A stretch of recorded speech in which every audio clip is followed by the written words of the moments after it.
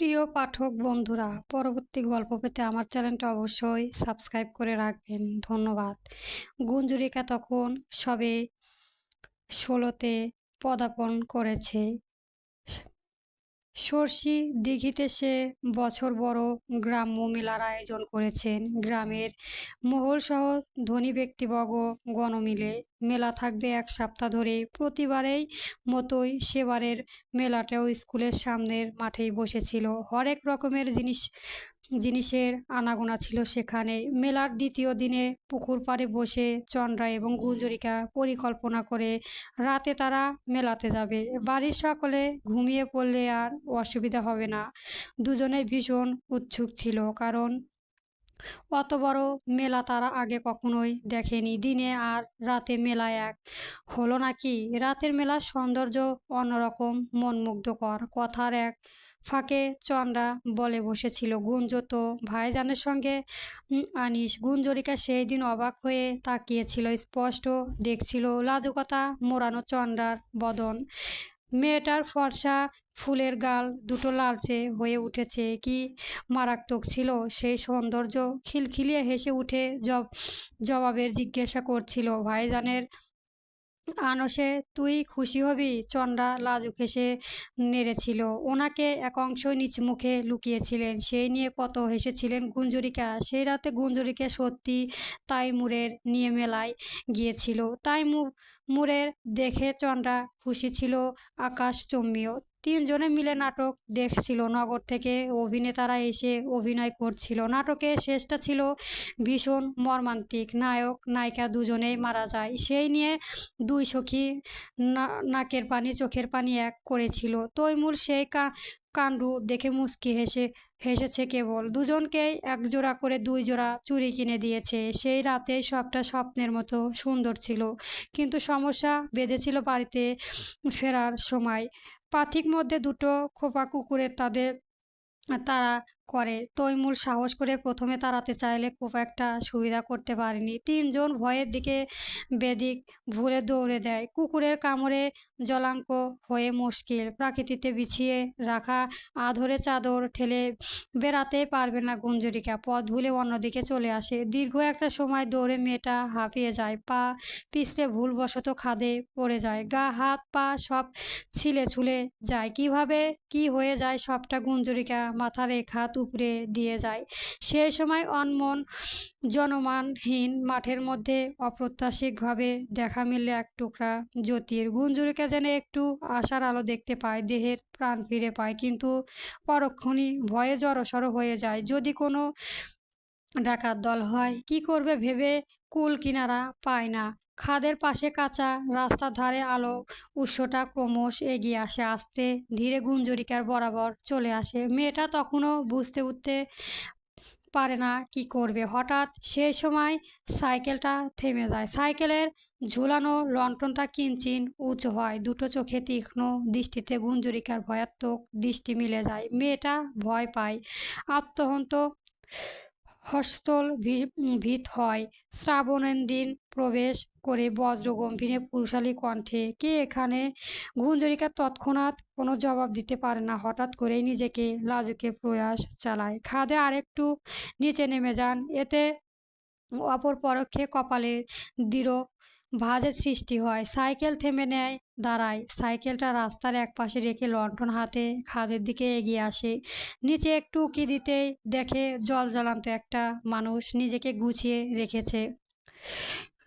রেখেছে একেবারে ছোট বিড়াল ছানার মতো। এতে আগ্রস্তকে আধো-যুগের মুশকিল হাসি রেশ ছাড়ায়। মেয়েটা ভয়ে, কারণ খানিকটা উপলব্ধি করতে পারে, কোনো কথা ছাড়াই বলে, উপরে উঠে আসুন মেয়ে, ভয় নেই, আমি আপনার কোনো ক্ষতি করব না। গুঞ্জরিকা চকিতে ফিরে উপরের দিকে তাকায়।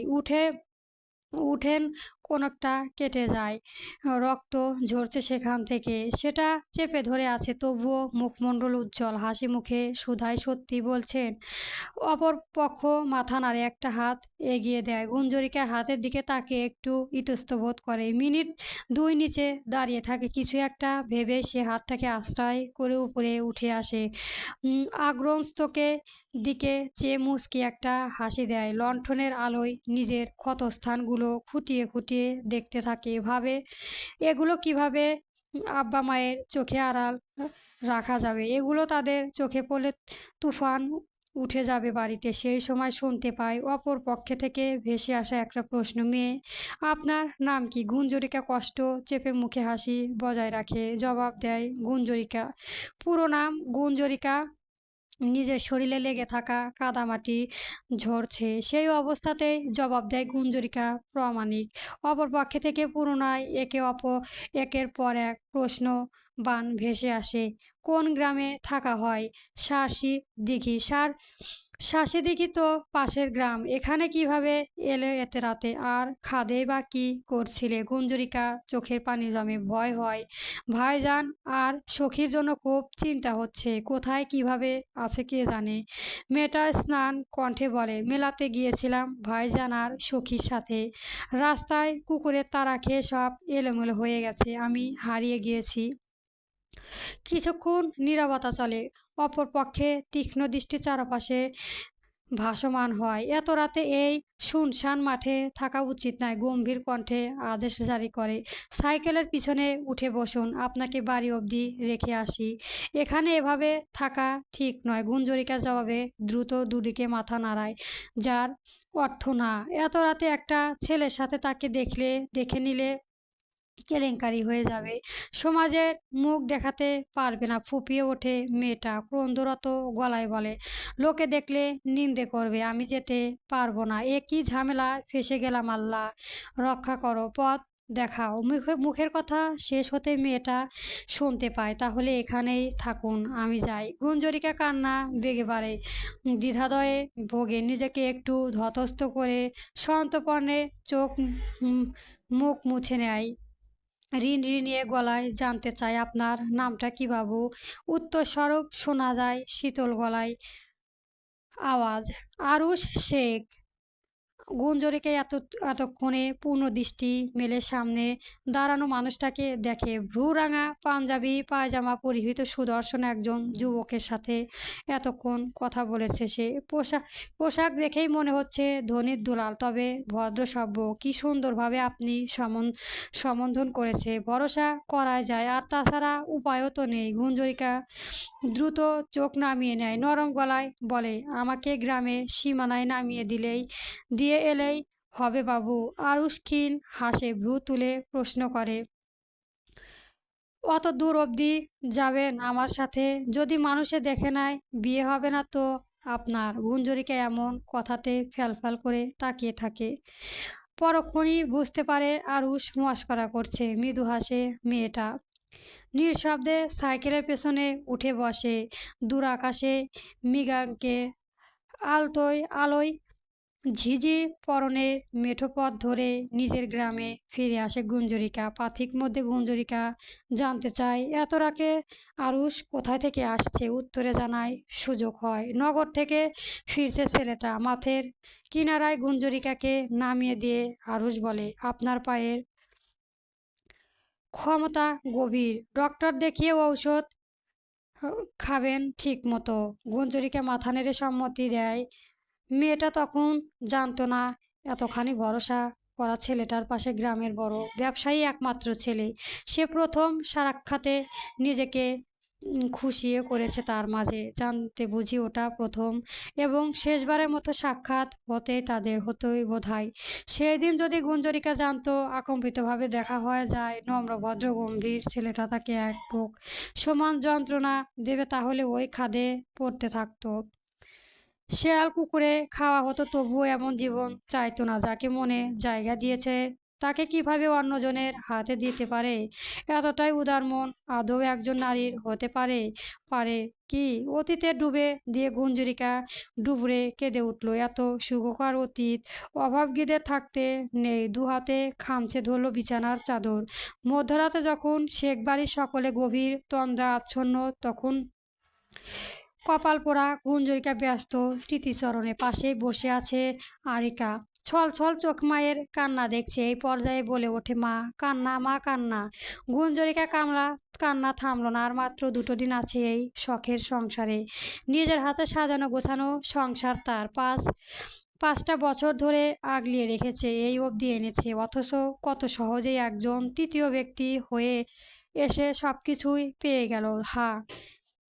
আরিকা উড়ে যে মায়ের মাথার কাছে বালিশের উপরে বসলো, আর গেছে মাথা গুঞ্জরিকার কপালে ঠেকায়। সেভাবেই বসে রইল। গুঞ্জরিকা রোদন তখনও থামেনি। দম বন্ধ হয়ে আসছে মেয়েটার। বারবার মস্তিষ্কে একটা শব্দ উকি দিচ্ছে, তৃতীয় ব্যক্তিগুলো এত ভাগ্যবতী কেন হয়? একজনের বহু কাঙ্ক্ষিত সুখ সবটা না চাইতেও তারা পেয়ে যায়। রাতে শেষ প্রহর, ফজরের আজানের সময় হয়ে আসছে। নিশাচর প্রাণীর মতো শেখ বাড়িতে আরও একটা মানুষ বেশ কিছুদিন হলো ঘুমায় না। ঘটা করে তার নেত্রপলব্যের বিচ্ছিন্ন ঘোষণা করা হয়েছে। দূর আকাশে তারকা দিয়ে চেয়ে রাত্রি যাপন করে সে। পবনে ভেসে আসা গুঞ্জরণে নিজের দুঃখ বিলাস। সঙ্গী হয়ে আসমানের ওই সুন্দরী শিশির আর চোখের ফুটনো নোনা জল একদিনে সংসার ও নিজেকে খুইয়ে এনেছে। বের হতে পারেনি এখনো। সে চায় না বের হবে। থাকুক না এমন একটা সুন্দর কলঙ্ক। বীর তাকে চাঁদের সাথে তুলনা দিয়েছে, বলেছিল, আপনার সৌন্দর্যের কাছে চাঁদ বড় তুচ্ছ।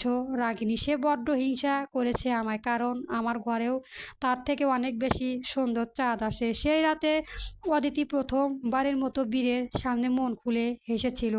মনে মনে বর কয় আওড়াচ্ছিল, ছেলেটা বদ্ধ উন্মাদ। চাঁদেরও কলঙ্ক আছে, তাহলে অদিতি থাকলে ক্ষতি কি? পৃথিবীর চন্দ্রা আর বীরের চন্দ্রা একদিক থেকে না হয় একই হলো। একটা কলঙ্কে নিয়েই নিজেদের অকলঙ্কি করলো। বেঁচে থাকলো এক জীবন। বিয়ের প্রথম রাতে বীর বলেছিল সে পশু পাখিকে ভীষণ ভালোবাসে, তাই ছাদে সে কবুতর পালে। সেখানে একজোড়া কবুতর আছে যাদের নাম রাজা রানী। এই নাম রেখেছিল কারণ ওরা দুজন নাকি একে অপরের ছাড়া কিছুই বোঝে না।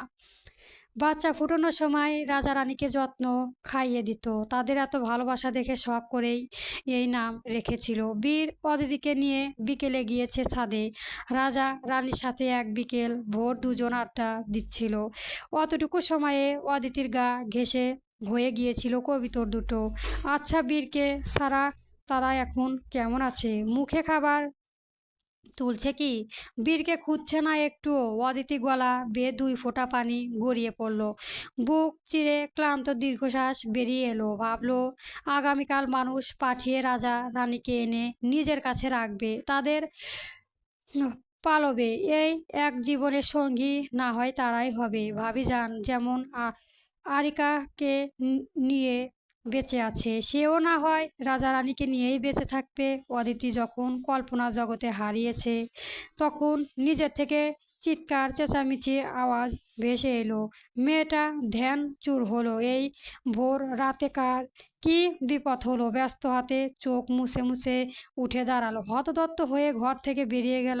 অদিতি, গুঞ্জরিকা এবং চন্দ্রা তিনজনে একসাথে সিঁড়ির মুখে এসে দাঁড়ালো। সাথেই হাট গোলে আওয়াজ পেয়ে ছুটে এসেছে। দেখলো একটা চেয়ারে বসে আছে রোকেয়া শেখ। পাশেই সালেহা শেখ, আয়েশা শেখ, সাথী এবং আসমা শেখ দাঁড়িয়ে আছে। রোকেয়া শেখ যন্ত্রণা কাতরাচ্ছে। পাশে বসে আয়েশা শেখ কাঁদছে আর গুঞ্জরিকায় কী সব জপ করছে। ওরা তিনজন তান্ত্রিক পায়ে নিচে নেমে গেল।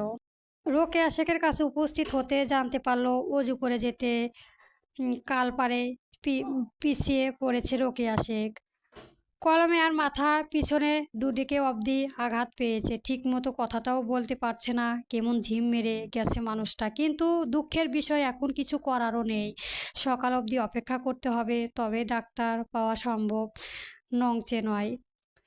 অদিতি ছুটল ঠান্ডা পানি আনতে। সেটা নিয়ে এসে খুব করে মায়ের মাথার পিছনে এবং কোমরে দিল। কোমরে আলতো হাতে ডলে দিচ্ছে মেয়েটা। সেই অবস্থাতেই বলে উঠল, এই সামান্য ব্যথাটুকু সহ্য করতে পারছো না মা? অথচ কারো থেকে তার স্বামী কেড়ে নিয়ে মৃত্যু সমান যন্ত্রণা তুমি দিচ্ছ। আল্লাহ ছেড়ে দেন, তবে ছাড় দেয় না। এমন বিষাদে মোরালের পরিবেশে অদিতি কথাগুলো বড্ড অদ্ভুত শোনায়। ওই যে সত্য সবসময় তেতো হয়। সবাই হতবাক হয়ে দাঁড়িয়ে রইল। আয়েশা শেখের কান্না থেমে গেছে। রোকেয়া শেখ শরীর বিষিয়ে তোলা যাত না সরে নিভু চোখে মায়ের দিকে চেয়ে রইল। গুঞ্জরিকা নির্বিকার ভঙ্গিতে দাঁড়িয়ে আছে, যেন এই সব তার ভেতরে কোনো প্রভাব ফেলতেই পারেনি তা। আর চন্দ্রা এক দৃষ্টিতে তাকিয়ে আছে মেঝের দিকে। তার বলা কিছুই নেই। ইচ্ছে অনিচ্ছে যেটাই হোক না কেন, একজনের সাথে তো অন্যায় করেছে, আর এই সত্য সে কখনোই মুছতে পারবে না, সম্ভব না। সাত সাত সকালে গ্রামের ডাক্তার সাহেব এসে রোকেয়া শেখকে দেখে গেছে, পরীক্ষা নিরীক্ষা করে ঔষধও দিয়ে গেছে। কোমরের হাড়ে বেশ খানিকটা আঘাত পেয়েছে। আপাতত মাস কয়েক একেবারে বিছানায় বন্দি হয়ে কাটাতে হবে রোকেয়া শেখকে। প্রয়োজনে ব্যতীত হাঁটা চলা না করাই ভালো, এমনকি ভারী কাজে ধারের কাছেও যাওয়া যাবে না। রোকেয়া শেখ এই শুনে কেঁদে কুঁদে অস্থির হয়ে আছে। খাওয়ার বিষয়ে বেশ নাক উঁচু তিনি। গুঞ্জরিকা ইদানিং রান্নাঘরে যায় না, রান্নার কাজেও হাত দেয় না, উনি নিজেই রান্না করে। সালেহা শেখ একটু সাহায্য করেন, এই যা। ওনার দুশ্চিন্তা দেখে চন্দ্রা অশান্ত করেছেন, রান্নাটা সে করবে, কাজের খালাদের দিয়ে করাবে না। রোকেয়া তখন একটু শান্ত হয়েছিল বটে, কিন্তু কাঁদতে কাঁদতে বারবার বলেতে চলেছে আরুষের জানানোর কথা। যদি উনি মারা যান, ছেলেটার সাথে দেখা না হয়, এই আশঙ্কায় গুটিয়ে এসেছে রোকেয়া শেখ। অদিতি কাট জানিয়েছে ভাইজান আগামীকাল সন্ধ্যা নাগাদ ফিরে আসবে। আজ চিঠি পাঠা পাঠালে ভাইজান হাতে পারে না ঠিকই সময়ে, তাই ধৈর্য ধরতে হবে। সকালে রোকেয়া শেখ মায়ের কথার উপরে কথা বলার সাহস পায়নি। কিছু সময় ব্যবধানে মানুষটা কেমন যেন নেতিয়ে এসেছে, বয়স বেড়েছে কয়েক গুণ। চোখ মুখের দিকে তাকানো যাচ্ছে না। ঘড়ির কাঁটায় ঘুরে নিজের ঘাঁটি স্থাপন করেছে 8টার ঘরে। সকাল থেকেই আজ শেখ বাড়ির উত্তাল। ক্ষণে ক্ষণে শোনা যাচ্ছে রোকেয়া শেখের রোদনের করুণ সুর। ওই যে কিছু মানুষ থাকে, মৃত্যুর শব্দটাকেও ভীষণ ভয় পায়, যে কোনো প্রকার অসুস্থতাকে ঘিরে বরাবর মৃত্যুকে স্মরণ করে থাকে। সেই রকম একজন মানুষ রোকেয়া শেখ। মানুষটা সহজে তেমন অসুস্থতা কবলে পড়ে না, তাই তো এত জোর, এত আধিপত্য বিস্তার করে পারে সকলের উপরে, অথচ নিজের কিছু হলেই শুপছে যায় একেবারে। গুঞ্জরিকা শাহরিয়ারের নিকট গিয়েছে, ফিরল মাত্রই ক্ষুধা পেয়েছে ভীষণ, তার উপরে না যেতে রান্নাঘরের দিকে পা বাড়ালো। নিজের জন্য খাবার বেড়ে রান্নাঘর থেকে বেরোতে নিলেই সম্মুখী হলো আয়শা শেখের। আয়শা শেখ তীক্ষ্ণ চোখে তাকিয়ে আছে গঞ্জিরিকার হাতে থাকা ভাতের থালার দিকে। কঠিন গলায় বললেন, বাড়ি সকলে না খাইয়া রইছে, কারো মুখে খাওন উঠতাছে না, আর এদিকে তুই দেখি গামলা গামলা গিলছিস নাথ বউ, খাওন ঢুকছে ওই পোড়া মুখডায়। গুঞ্জরিকা এক পলক হাতে থাকা থালার স্বল্প ভাতটুকুর দিকে তাকালো, পরপরই ওনার মুখের দিকে মিষ্টি করে হাসলো। আপনিও তো খেতে এসেছেন দাদি, ভয় নেই, আপনার ভাগ নেইনি আমি, খাবার আছে, খেয়ে নিন। আয়শা শেখ চোখ গরম করে তাকালেন, যেন অগ্নিদৃষ্টি দিয়েই ঝলসে দেবে গুঞ্জরিকাকে। তাকে খোঁটা দিচ্ছে এই বাড়ির সবচেয়ে, গুঞ্জরিকাকে খোঁটা দেওয়ার দুঃসাহস দেখাচ্ছে এই মেয়ে, অথচ গুঞ্জরিকা এইসবে নির্বিঘ্ন। আধো যুগলে লেপ্টে আছে স্নিগ্ধ হাসি।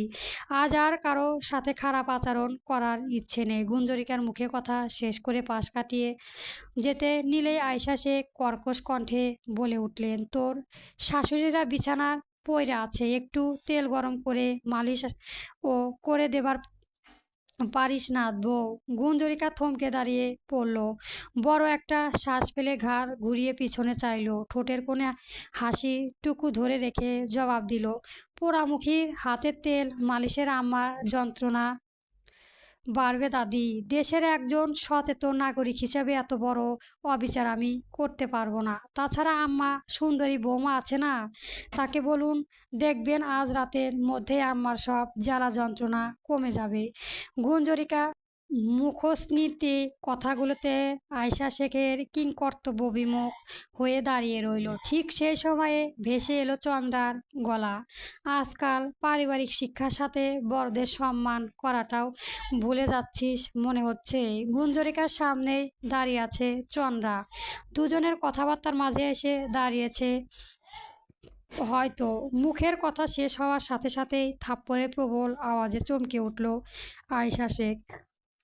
চন্দ্রার মাথাটা ভন ভন করছে, ডান গালে হাত দিয়ে ছলছল চোখে তাকিয়ে আছে। গুঞ্জরিকা 2 পা এগিয়ে যেতে মুখোমুখি দাঁড়ালো। মুচকি হেসে ফিসফিস করে বলল, খবরদার আমার পরিবার তুলে কথা বলবি না। নিজের জন্য নির্ধারিত গণ্ডিতেই থাকবি। আমার পারিবারিক শিক্ষা দিতে আঙুল তুলতে সেটা ভেঙে মুড়ে দেব আমি। তোর সামনে তোর সখী গুঞ্জরিকা নয়, তোর সতীন গুঞ্জ দাঁড়িয়ে আছে, যেই সম্পর্ক তুই স্বেচ্ছায় গড়িয়েছিস। মুখে কথা শেষ করে হনহনিয়ে প্রস্থান করলো গুঞ্জরিকা। চন্দ্রার দাঁতে দাঁত চেপে দাঁড়িয়ে রইল। হাতটা তুলেছিল তবে তা নামিয়ে নিল। কিছু সময় পরাজয়েও জিতে থাকে। ফিরতি আঘাত করতে নেই। মেয়েটা পানিতে টাইটুম্বল, চোখ দুটো রহস্যময় দেখাচ্ছে। কিছুক্ষণ দাঁড়িয়ে থাকা, ছোট ছোট পা ফেলে ওখান থেকে চলে গেল। আয়শা শেখ গুঞ্জরিকার এত তেজ ঠিক হজম করতে পারলেন না। দাদুভাই না থাকলে এই মেয়ে যেন পাখা গজায়। জাতপাতহীন মেয়েটাকে এই ইন্ধন কে জাগায়? যেই জাতের মুখে গ্রামে সকলে লাথি মারত, সে জাতের মেয়ের মুখে এরকম কথা বড্ড বেইমান শোনায়। সেই দিন যদি আরুষ দাদুভাই পাশে না দাঁড়াতো, পুরো পরিবারের সাথে এই বন্দি মেয়েও তো ভেসে যেত। গেলেই বেশ হতো, এত হ্যাডাম দেখা লাগতো না। পাপের রক্ত শরীরে ধারণ করে এখন বড় বড় জ্ঞানের বাণী শোনায়। আয়েশা শেখ এক বুক তৃষ্ণা নিয়ে গুঞ্জরিকার প্রস্থানের দিকে তাকিয়ে আছে। এই তো বছরখানেক আগেও মেয়েটা নরম পুতুল ছিল একেবারে। যে যা বলতো তাই মাথা পেতে নিত, কখনো ফিরতি একটা শব্দ উচ্চারণ করেনি। যে যেমন পারত দাদুভাইয়ের আগুচারে খাটিয়ে নিত, কথা শোনাতো। কিন্তু এখন স্বল্প সময়ের ব্যবধানে এত পরিবর্তন মেনে নেওয়া যায় না। আয়েশা শেখ বিড়বিড় করে আওড়ালেন, কুকুরের পেটে কখনো ঘি ভাত সহ্য হয় না। সকাল সকাল চৌধুরী বাড়ির উদ্দেশ্য রওনা দিয়েছে শেখ বাড়ির একজন কর্মকর্তা। নাম তার মেজবা। বয়স বড়জোর 17 হবে। অদিতি বড় ভক্ত সে, সবসময় আপা আপা বলে মুখে ফেনা তুলে ফেলে। অদিতিও ছোট ভাইয়ের মতো স্নেহ করে মেজবাকে। এখন দুপুর গড়িয়ে বিকাল হতে চলল। সময় 3:25। অদিতি বরাবর সদর দরজার ফাঁকা দিয়ে দেওয়ালে টাঙানো ঘড়িটার দিকে তাকাচ্ছে আর সময় দেখছে। বড় বারান্দার জুড়ো পায়চারি করছে রাজা রানীসহ। মেজবাও এর অপেক্ষা প্রহর গুনছে। মেজবা এর সাথে চিরকুট লিখে পাঠিয়েছে অদিতি। শাশুড়ি আম্মা নিশ্চয় খালি হাতে ফিরিয়ে দেবেন না, এইটুকু ভরসা অদিতির আছে। অবশেষে এইটুকু প্রতীক্ষার অবসান ঘটিয়ে শেখ বাড়ির বড় লোহার দরজার সম্মুখে মেজবা এসে উপস্থিত হলো। হাতে একটা খাঁচা, তার মধ্যে একজোড়া সাফেদ রাঙা কবিতর জল করছে। সেটা লক্ষ্য করতে অদিতির চোখে কোণে জল জমল। এক প্রকার ছুটে গেল মেজবারের কাছে। কপাল খুলে আগে খাঁচাটা নিজের হাতে নিল। রাজা রানী অদিতিকে দেখতে ডেকে উঠল। অদিতি ফিক করে হেসে ফেলল, মেজবাইয়ের দিকে তাকিয়ে শুধালো, ওই বাড়ির সবাই কেমন আছে মেজবা? মেজবা ক্লান্ত। আসমা শেখের সাইকেল নিয়ে এত ক্রোধ পথ গিয়েছিল, আবার এসেছে। হাঁপাতে হাঁপাতে বলল, ভালোই আছে আপা। আপনার শাশুড়িকে দেখে তো আমি প্রথম চিনতেই পারি নাই, কেমন যেন হয়ে গেছে। সুন্দরী মানুষটা আর সুন্দরী নেই। অদিতির মুখটা স্নান হয়ে উঠল, হাসিটুকু মিলিয়ে গেল। জানতে চাইলো, আম্মা দিলেন রাজা রানীকে? মেজবা মাথা নাড়ালো, জি আপা। কবিতর দুটো দিল আর বলল, ওদের মাঝেই দুলাভাইয়ের খুঁজে নিতে। তারা বড় শখের ছিল ওরা দুইজন। আপনার কাছেই ভালো থাকবে ওরা, আর আপনাকে দেখতে চেয়েছে তিনি। সময় সুযোগ করে যেতে বলেছে। অদিতির বুক চিরে দীর্ঘশ্বাস বেরিয়ে এলো।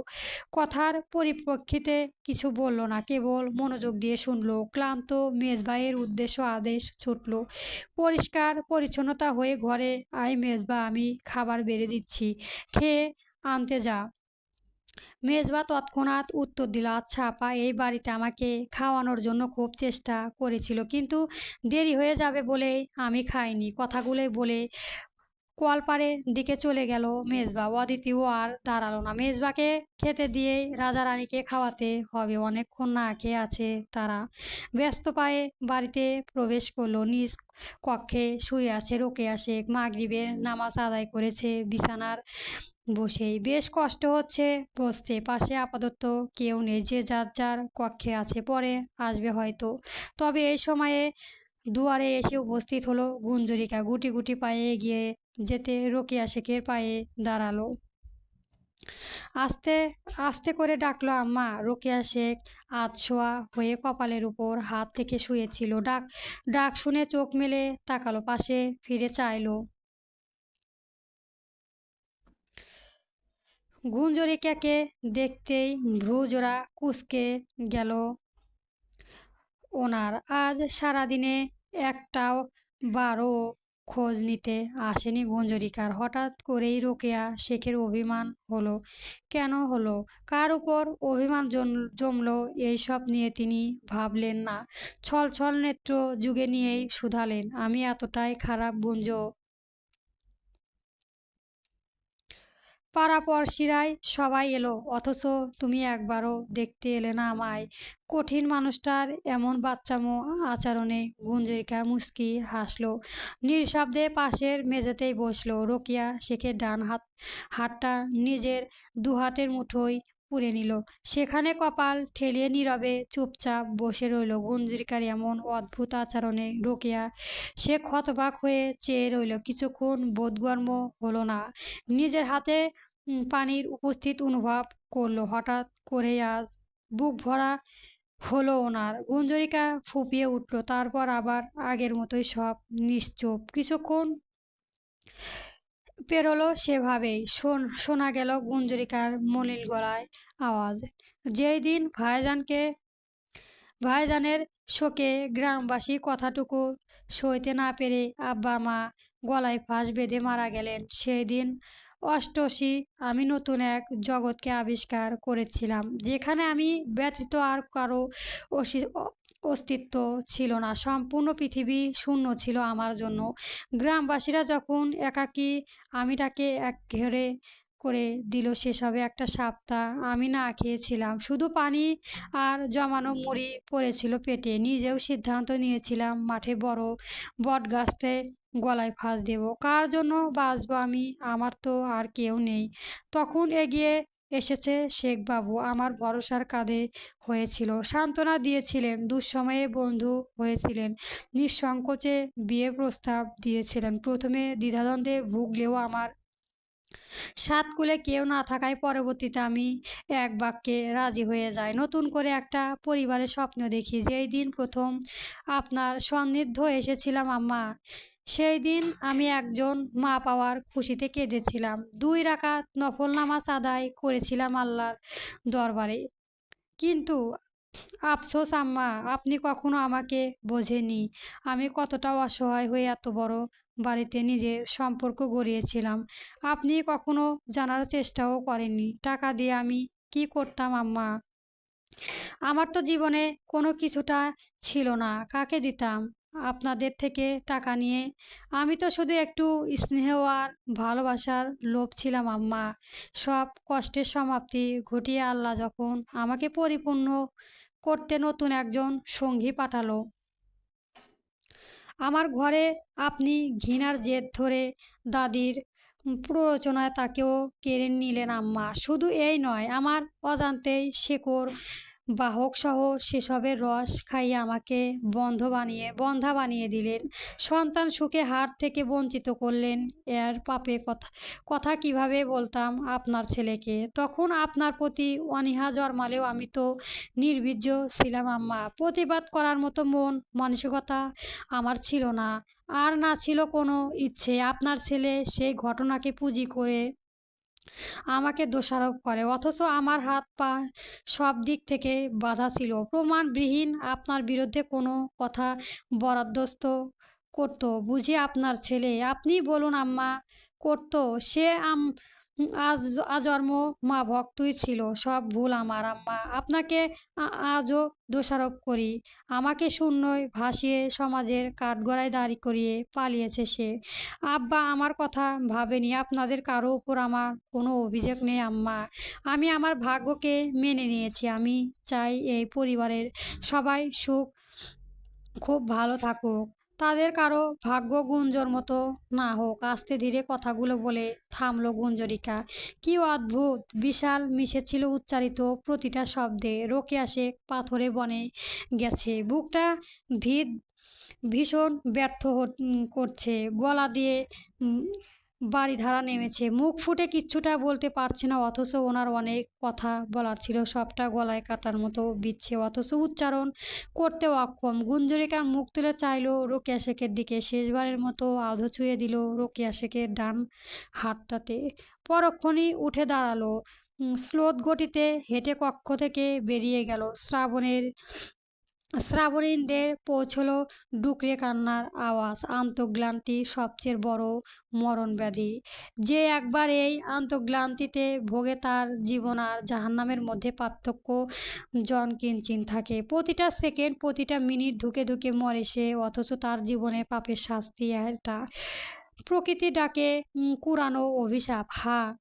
মধ্যরাতে যখন শেখ পরিবারের সকালে গম্ভীর তাচ্ছন্ন, তখন গুঞ্জরিকার কক্ষে দূর আরখানা মৃদু শব্দে খুলে গেল। কক্ষ থেকে বের হলো গুঞ্জরিকা। দক্ষিণ দিক থেকে দমকা হাওয়া এসে খেয়ে গেল দেহ দেহ জুড়ে। মেয়েটার শরীরে শাড়ি জড়ানো, সুন্দরভাবে শরীর আচ্ছাদিত সেটার দ্বারা। হাতে ছোট একটা পুঁটলি দৃশ্যমান, কাঁধে আরিকা চুপচাপ বসে আছে। মেয়েটার দরজার সামনে থমকে দাঁড়িয়ে রইল কিছু সময়। দৃষ্টি আটকে আছে আরুষের কক্ষে বন্ধ কপাটের দিকে। সূক্ষ্ম একটা ব্যথা প্রতিটি সীসা উপশিরায় প্রবাহিত হয়। দেহের খানা আশা হয়ে আসতে চাইল। গুঞ্জরিকা গলা বেয়ে দুফোঁটা জল গড়িয়ে পড়ল। এক বুক হাহাকার নিয়ে সামনের দিকে পা বাড়ালো। সিঁড়ি কাছা কাছটায় আসতেই পিছন থেকে ভেসে এলো অদিতির গলা। তুমিও আমাকে ফাঁকি দিলে ভাবিজান। গুঞ্জরিকা চলন্ত পা জোড়া থেমে গেল। পিছনে ফেরার সাহস করলো না। আর কোনো পিছুটান সে রাখতে চায় না। কাঁপা কাঁপা গলায় বললেন, নিরুপায় আমি, ক্ষমা করো আমাকে। তোমার জন্য সবসময় দোয়া থাকবে, অথচ তুমি থাকবে না ভাবিজান। আমি সুখ দুঃখের কথা বলার শেষ মানুষটাকে খুঁজেই বসতাম। রাজা রানী আছে তো, আমার তাদের নিয়েই এই এক জীবন কাটিয়ে দাও। আমি দূর থেকে সব সময় তোমার পাশে থাকবো মেয়ে, ভয় নেই। আর কী বা হারানোর আছে তোমার? গুঞ্জরিকা বলা শেষ বাক্য কর্ণগোচর হতেই অদিতি মুচকি হাসল। আজ সাই দিল না সামনে দাঁড়ালো মেয়েটাকে আটকাতে। তার নিজেও তো একটা শান্তিপূর্ণ জীবন প্রাপ্য। মাথা নেড়ে মেনে নিল। তবে তাই সই ভাবিজান। তোমার নতুন জীবনের জন্য শুভকামনা। ভালো থেকো তুমি। বেনামানি প্রভগঞ্জের নিজেদের দীর্ঘ নিঃশ্বাস। আমাদের সুখ দুঃখের আদান-প্রদান হবে। জবাবটুকু পেতে আর দাঁড়ালো না গুঞ্জরিকা। নিজের নতুন গন্তব্যের দিকে এগিয়ে চলল। অদিতি পিছনে ঘুরতে দেখল আরুষের কক্ষের সম্মুখে চন্দ্রা দাঁড়িয়ে আছে। দু চোখে পানিতে টনময় করছে, যার অর্থ সে নিজেও এই বিদায়ের বেলা সাক্ষী। অদিতির মুখের হাসি ধরে রেখেই বলল, তুমি কাঁদছো কেন ভাবি? তোমার তো রাস্তা পরিষ্কার এখন। স্বামী সংসার সব তোমার। তোমাদের একেবারে বাসরের ঘরটা আমি নিজ হাতে সাজিয়ে দেব। বাচ্চা আনার দায়িত্ব তোমার। এই বংশের মুখ উজ্জ্বল করার দায়িত্ব তোমার। তিক্ত বাণগুলো ছুঁড়ে নিজের কক্ষের দিকে অগ্রসর হলো অদিতি। অথচ চোখ বুজে সবটা হজম করে নিল চন্দ্রা। কিছু একটা স্মরণ হতেই ছুটল দোতলার বারান্দার দিকে। গুঞ্জরিকা ততক্ষণে প্রধান ফাটক পেরিয়েছে। রাস্তার পা রাখার আগেই শেষবারের মতো বাড়িটার দিকে তাকালো। অতি পরিচিত সব আজ বড্ড অচেনা।